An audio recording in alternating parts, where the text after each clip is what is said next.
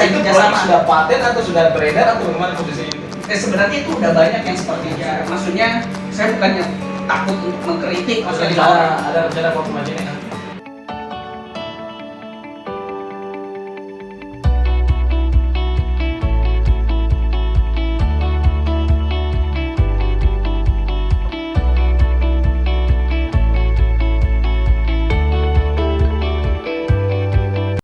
Ya, kembali lagi di Shopee List.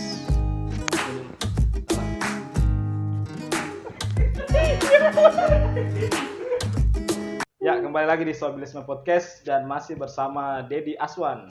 Nah, sekarang kita lebih ingin mendiskusikan tentang pendidikan.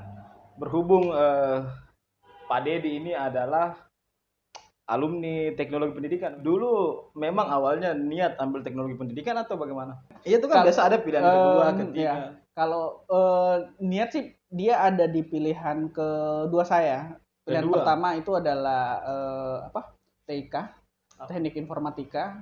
Kenapa bisa tidak lulus di TIK? Ya bilang saya pertama itu pernah waktu SMA kalau nggak salah itu saya ketemu sama salah satu alumni teknologi pendidikan dan saya lihat ilmunya itu dia lebih kepada aplikatif, maksudnya teknologi yang aplikatif ke dunia pendidikan gitu. Saya kan dulu ya gitulah sedikit mahir, maksudnya sedikit bisa lah komputer. Jadi saya berpikir wah akan lebih bagus kalau misalnya kemampuan saya yang sedikit ini bisa untuk dipergunakan tidak pure hanya benar-benar tidak pure hanya ke teknologi tapi bisa diaplikasikan di tempat lain. Jadi memanfaatkan kemampuan teknologi di dunia pendidikan, begitu Iya, sederhananya. salah satunya seperti itu. Sebenarnya kalau bicara tentang teknologi pendidikan ini kan saya pribadi masih agak asing dengan jurusan ini. Bisa tidak dijelaskan secara ringkas range-nya atau ruang lingkup dari program studi ini, teknologi pendidikan? Teknologi pendidikan itu ontologinya itu tentang masalah belajar. Masalah belajar. Jadi itu sebenarnya masalah siswa atau guru? Semua. Bahkan orang-orang pun maksudnya orang-orang biasa, orang-orang di perusahaan itu pun juga masalah belajar. Tidak melulu sekolah. Tidak melulu sama sekolah. Jadi itu lebih luasnya itu semua masalah belajar karena kan ada yang namanya adalah belajar sepanjang hayat. Nah, itu istilahnya. Jadi belajar sepanjang jadi ontologi dari teknologi pendidikan itu adalah masalah belajar. Dia mengatasi misalnya ada kesulitan dalam belajar atau menemukan metode itu hanya salah satu atau menciptakan metode, menciptakan alat atau mengembangkan alat seperti itu. Jadi dia ibaratnya sederhananya dia yang melatih guru begitu ya. Bisa tidak Iya, bisa juga dibilang seperti itu, tapi jadi kalau misalnya saya mau ngambil contoh, misalnya kalau dia ini kan ada beberapa, dia bisa jadi pengembang kan. Jadi kalau misalnya dia di pengembang, anggaplah sebuah rumah, kita mau membuat rumah, dia adalah seorang arsitek. Dia adalah arsiteknya. Dia mengembangkan, mendesain, rumahnya nanti bentuknya seperti ini, terus dia bekerja sama dengan beberapa orang gitu. Misalnya kalau misalnya dia mau membuat sebuah media, dia membuat desainnya. Teknologi pendidikan itu membuat desainnya. Terus kita bisa mungkin kerjasama sama programmer untuk mengembangkannya, terus kerjasama sama ahli media gitu. Jika dirasa seorang teknologi pendidikan ini masih kurang dalam ahli medianya, jadi dia di sini sebagai desainernya. Tapi kalau misalnya dia maksudnya dalam sebuah, misalnya kalau dia ibaratkan dia sebagai dokter, dia sebagai orang yang menganalisis gitu. Misalnya ada nih orang yang kesulitan belajar, dia lihat kesulitan belajarnya karena ini, maka di situ mungkin peran konsultannya. Iya, peran konsultannya di situ. Dia lihat dia masalah belajarnya di sini, dia kekurangan ini. Jadi bagaimana kita bisa menuliskan resep atau menuliskan cara bagaimana seseorang ini untuk bisa belajar gitu. Dan resepnya itu tidak melulu bahwa teknologi pendidikan yang harus menyelesaikan. Bisa saja misalnya orang ini tidak bisa belajar karena terganggu dari masalah jiwa atau psikologisnya, berarti nanti teknologi pendidikan akan merekomendasikannya dia seorang psikolog. Jadi tidak mesti dia yang harus ngambil alih, tapi dia akan menganalisis ini masalah belajarnya seperti ini. Itu untuk misalnya di sekolah. Tapi tidak serta-merta itu hanya di sekolah. Itu bisa saja di perusahaan atau di tempat di dinas-dinas, misalnya di dinas kan itu ada tempat misalnya diklatnya kan, dia bagaimana maksudnya cara agar organisasi atau perusahaan itu agar bisa terus belajar. Karena kalau misalnya organisasinya tidak belajar atau dinasnya itu tidak belajar, misalnya dinas atau perusahaan itu tidak belajar, maka dia akan ketinggalan. Dan itu wewenangnya orang teknologi pendidikan. Ya, itu adalah salah satu wewenang dengan teknologi pendidikan. Kita belajar di situ bagaimana kita membuat sebuah sistem belajar, saya memang sistem belajar di sebuah lembaga, organisasi atau apa, agar organisasi itu bisa maju. Itu sih terkait dengan teknologi kinerja. Itu kan ada beberapa macam lah teknologi pendidikan. S1-nya teknologi pendidikan, S1 teknologi S2-nya pendidikan, di UNJ apa? teknologi pendidikan juga Sama. Apa perbedaan yang paling signifikan waktu di S1 dengan di S2? Sebenarnya kalau soal perbedaan signifikan itu maksudnya tidak terlalu ada. Maksudnya tidak terlalu ada di sini karena mata kuliahnya itu hampir sama juga kan. Kalau dia S1 sama dia S2 kan itu semacam pelanjutan saja ya. Kalau bedanya dari S1 atau S2 itu paling cuman pada saat kedalaman materi. Maksudnya kedalaman materi. Di S2 lebih dalam lagi lebih dalam lagi kajiannya. Kajiannya itu lebih mendalam lagi karena kalau misalnya kita merujuk pada kurikulum, maksudnya merujuk pada kurikulum teknologi pendidikan, kalau di S1 itu dia sebagai pelaksana. Maksudnya seandainya dia misalnya dia mampu melaksanakan apa-apa yang ada gitu. Misalnya seorang S2 atau S3 itu membuat suatu program gitu. Dia pelaksananya. Dia mampu melaksanakan hal-hal yang terkait dengan teknologi pendidikan sesuai aturan-aturan teknologi pendidikan. Kalau S2 itu dia mampu menciptakan sebuah misalnya pemikiran, sama juga ke S3 lagi lebih dalam lagi seperti sudah itu. mulai mencari marwah, mencari marwah ya, lebih ke dalam. Sedangkan kalau S1 itu kan saya rasa itu sama sih semua jurusan itu kan gitu. Kalau S1 itu hanya bersifat sebagai dia mampu menjalankan ilmunya, mampu sebagai pelaksana seperti itu. Jadi kedalamannya sampai di situ sih. Nah, sekarang kan sambil dosen juga ya di sana. Jadi ada rencana lanjut S3 nanti nih. Iya, kalau rencana pasti ada, tapi kayaknya mau cari Di luar. Di luar. Luar apa? Luar angkasa kan. Luar negeri ya. Harapan ya ke luar negeri kalau bisa. Kalau wajahnya teknologi pendidikan di luar negeri itu seperti apa sih? Maksudnya apakah sepopuler itu atau memang juga tidak populer atau sebenarnya bagaimana sebenarnya? Kalau dibilang tidak populer sih jangan, maksudnya saya bilang mungkin karena orang yang tidak mengenal saja gitu. Karena kalau dulu di kita sendiri itu, misalnya kalau saya belajar gitu, kita belajarlah sejarah teknologi pendidikan gitu. Itu ada 5 benih teknologi pendidikan. Apa tuh? 5? Benih ya, salah satu benihnya itu adalah SMP dan SMA terbuka. Itu teknologi pendidikan loh yang menginisiasi produknya gitu. Terus termasuk UT juga. UT juga itu termasuk inisiasi dari teknologi pendidikan. Jadi kalau mau dibilang tidak terdengar, mungkin orang yang tidak sadar padahal selama ini sudah berdekatan karena dengan memang itu. Mungkin proyeknya itu bukan yang langsung dirasakan oleh orang awam, tapi Ya, dia mungkin. jadi buah dari kebijakan misalnya. Iya, dia dari buah dari kebijakan. Makanya kita maksudnya tidak serta-merta bahwa kok tidak populer ya. Memang mungkin ya itu maksudnya tidak populer di kalangan orang-orang, misalnya dan mungkin tidak ada artis gitu. yang kuliah di teknologi pendidikan. Kayaknya mungkin tidak ada. Jadi sebenarnya secara disiplin ilmu sangat berpengaruh sebenarnya ya. Iya, karena masalah belajar. Karena menurut saya kalau ini menurut saya ya, itu seharusnya setiap lembaga itu harus punya teknologi pendidikan. Jadi maksudnya bagaimana sebuah lembaga itu bisa maju kalau tidak terjadi proses belajar di dalamnya.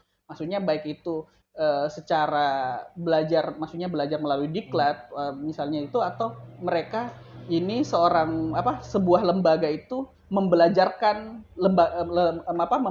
masyarakat gitu. Itu kan perlu penyuluhan kan juga lewat situ gitu. Jadi tidak serta-merta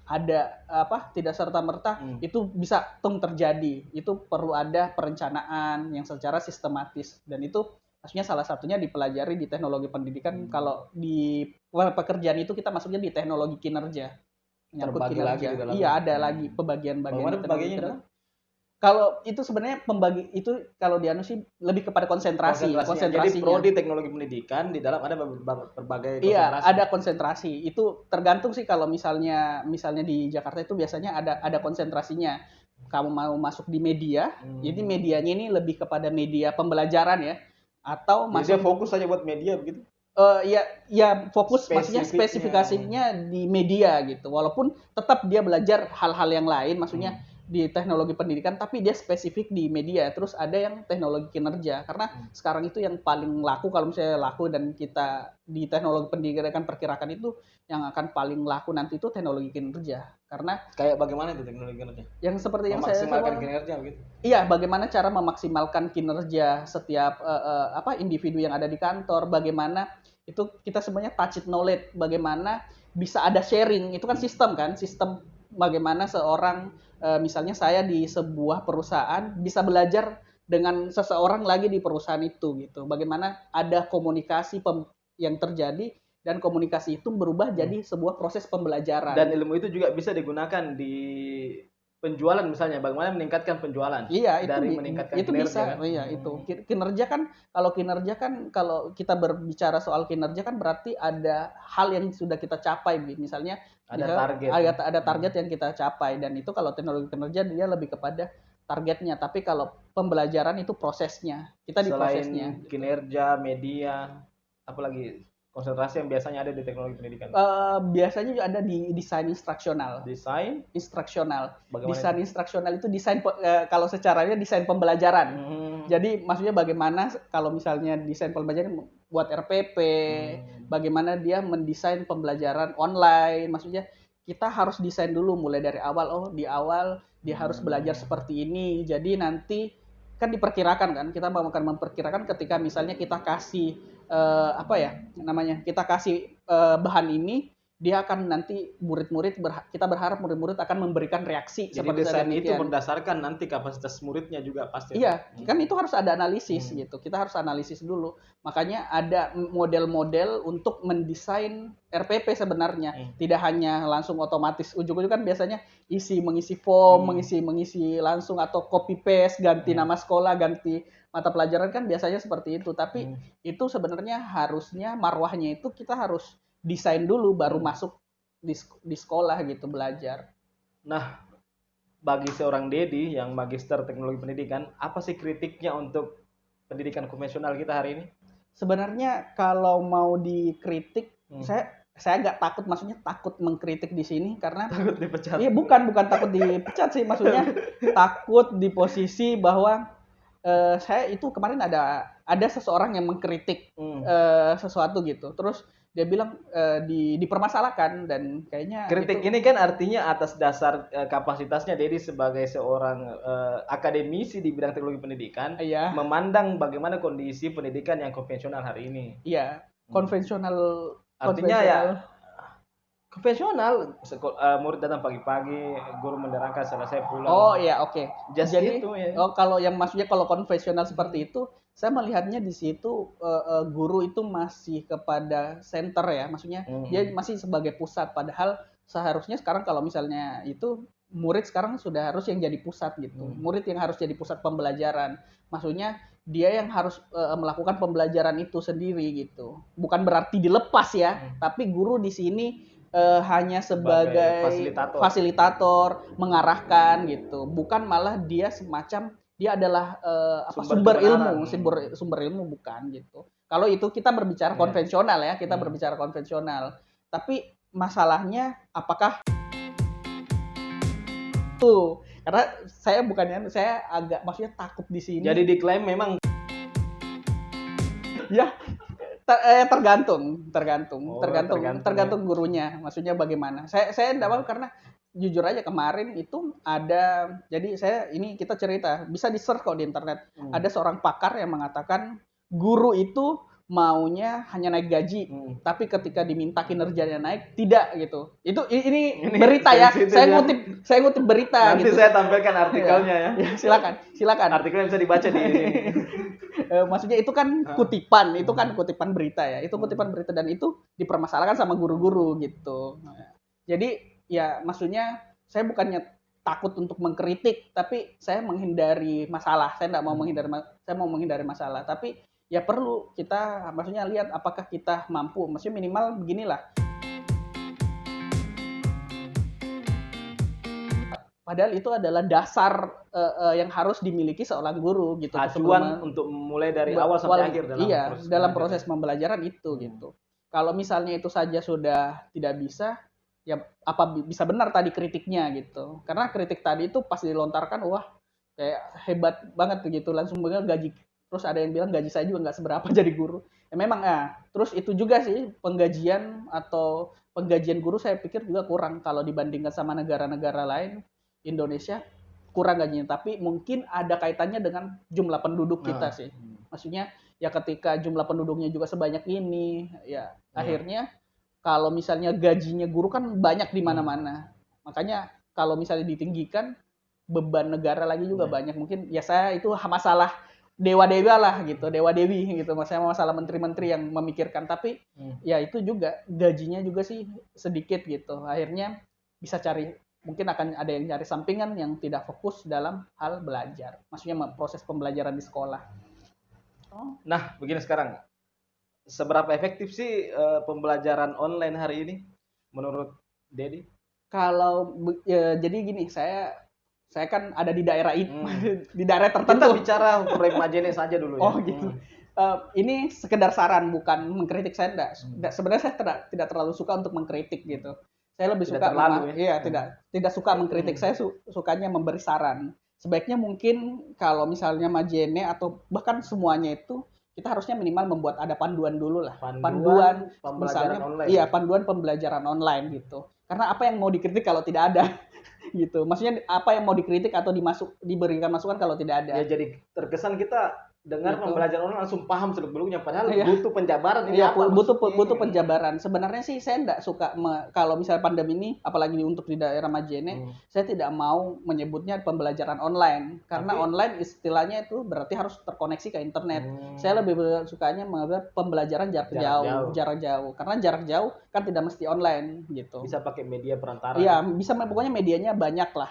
Karena ya maksudnya kita menilik ke sejarah lagi dulu. UT dulu kan tidak mesti pakai internet. UT dulu tidak pakai internet.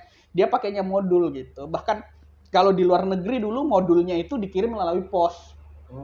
Soal itu maksudnya modul-modulnya itu dikirim melalui pos untuk luas kan di Australia itu sebenarnya dikirim melalui sebenarnya bukan ribet, malah itu kan lebih murah sebenarnya. Tapi maksudnya dikirim pos ini kan tidak ada. Kalau dibandingkan sekarang yang bisa kirim file digital, itu kan lebih bagus. Kalau misalnya dapat sekarang kan gampang, tinggal buat dalam aset digital terus dikirim gitu. Kalau yang penting istilahnya murid punya gitu. Murid punya fasilitas untuk itu yang pertama.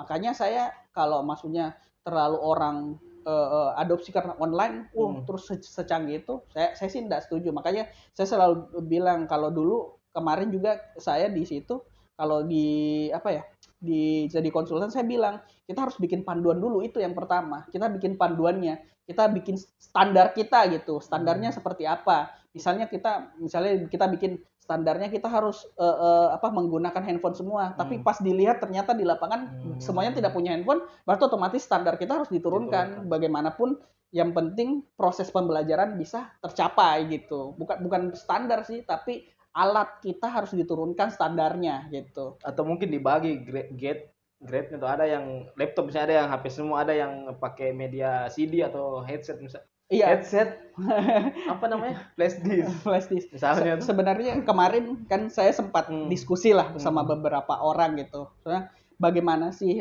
sama pembelajaran online, sebenarnya juga menyangkut tentang budaya. Jadi kemarin katanya itu ada di sebuah sekolah di tempat yang jauh. Bukan di tempat yang jauh. Bukan Majene ya? ya di tempat yang jauh. Yang jauh di sana katanya. Manda kayaknya ini. Bukan. Yang jauh di sana gitu. Ya. Katanya murid-murid bukan murid-murid mungkin, tapi dia kayaknya menyatakan ke saya itu bahwa orang tua muridnya itu protes ketika sekolah mengirimkan video ke siswa. Maksudnya video dalam WA kan, karena katanya baiknya tinggi gitu. Maksudnya masalah kuota. Itu kan kembali, maksudnya budaya kita kalau memang kita mau maju, mau belajar ya pasti ada hal yang maksudnya ada budget yang harus keluar. Tapi maksudnya juga di sini saya juga bisa, maksudnya bukan mengkritik ya. Sekolah juga bisa mencari jalan keluar sebenarnya. Maksudnya jalan keluarnya misalnya kalau itu kan dikirim lewat online. Ya seperti tadi bilang lewat flash disk, Flash disk. misalnya direkam semuanya, guru-guru direkam Tapi jangan sampai belajar. sekolahnya lagi yang nggak mau keluarkan budget membeli flash disk kan lebih ribet lagi. Jangan maksudnya kalau saya sih begini, jangan sekolah membeli flash. Jadi kan ada beberapa cara. Misalnya memberitahu misalnya ke orang tua siswa bahwa boleh silakan datang ke sekolah bawa flash disk masing-masing, nanti di-copy gitu. Itu salah satunya. Atau mungkin kan kalau saya sih walaupun sudah tidak populer, bisa melalui CD gitu, DVD di copy filenya terus dimasukkan ke komputer. Tapi harus punya komputer lagi seperti itu. Itu maksudnya itu caranya. Kan kita tergantung lagi lihat nanti Kenapa bukan kayak modul yang dibuat diantar ke siswa? Iya, bisa juga mungkin begitu. Bisa begitu. Intinya bisa modul. Tapi ini saya kemarin itu bikin modul hyper content. Modul hyper content itu modul dalam ada tulisan biasa, pokoknya kayak biasa modul. Kalau teman-teman mau akses itu modulnya bisa tidak? Oh tidak bisa karena belum dalam bentuk hard copy. Jadi modul itu ketika misalnya kita arahkan handphone ke sana, itu tiba-tiba langsung terputar video. Jadi begini, ini contoh ya. Misalnya ini nih ini misalnya ini buku modulnya. Terus saya arahkan seperti ini. Itu di dalam handphone saya itu tiba-tiba penjelasan akan muncul dalam bentuk video. Jadi seperti itu. Jadi sudah bisa buat yang begitu ya? Saya kerjasama. Itu sudah paten atau sudah beredar atau bagaimana posisinya itu? Sebenarnya itu udah banyak yang seperti itu. Sudah banyak yang seperti itu. Kalau yang proses saya itu masih dalam proses. Saya bersama sih, saya ada sekitar 5 tim yang buat. Masih 5 orang. Ada rencana bawa ke Majene nanti? Kayaknya maksudnya tergantung penawaran tertinggi. Ini dicatat ini ya. Tergantung penawaran. Ya tidak, maksudnya siapa yang berani? Maksudnya saya bukannya maksudnya kan kita membuat, kita kan membuat. Terus kalau misalnya seseorang yang mau membeli, ya boleh silakan diambil gitu. Maksudnya silakan diambil.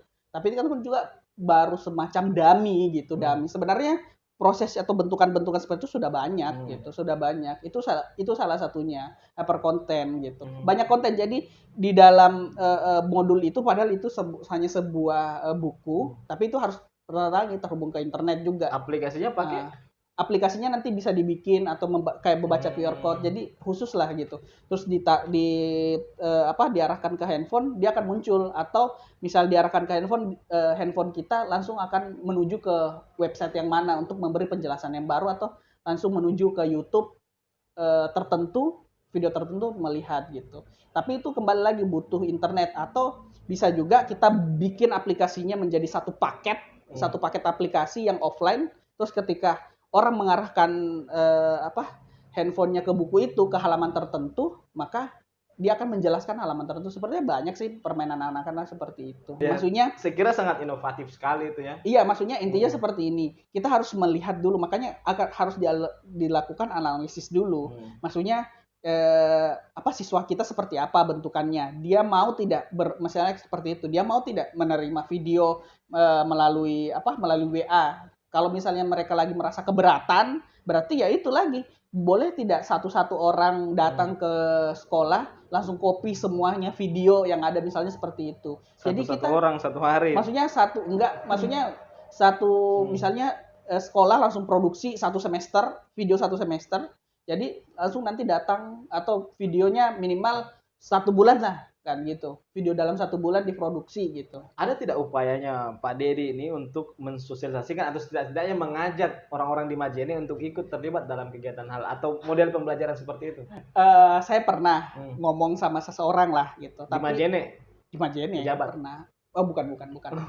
Ya, itu masalahnya susah gitu. Saya modelnya, apalagi kan tahu kan tadi ya, lumayan lah, lumayan banyak kerjaan, kerjaan. Tapi ketika ada yang mau untuk diskusi, saya sih siapa saja terbuka. Yang penting yaitu waktunya bukan pada saat jam kerja, kita bisa lah gitu kan, maksudnya bisa diskusi soal itu. Saya sih pernah diskusi, tapi dia hanya bilang, oh iya. Kurang merespon. Atau mungkin nggak ada cuannya. Itulah pentingnya belajar saham. Jadi ya itu sebenarnya sih tergantung. Kalau saya sih kalau mau itu yang pertama kali kita harus bikin dulu panduan Panduan maksudnya panduan ini apa rambu-rambu pembelajaran online atau pembelajaran online kalau misalnya online atau pembelajaran jarak jauh yang ada di Majene misalnya itu sih sarannya bikin dulu itu gitu. Ada tidak kota yang bisa dijadikan contoh? Misalnya kota apa begitu yang sudah berhasil membuat ini misalnya? Kebetulan karena saya di sini saya tidak ada info untuk itu. Tapi kalau di universitas-universitas, ini kan kita maksudnya di universitas kebetulan kemarin ada salah satu universitas saya buat panduannya. Maksudnya saya ada beberapa kami buat panduan untuk pembelajaran bagi dosen-dosennya nanti juga maksudnya bagaimana sih membelajarkan orang semasa pandemi itu berupa Jadi panduan. acuan buat dosennya untuk menggelar pembelajaran online. Menggelar pembelajaran online.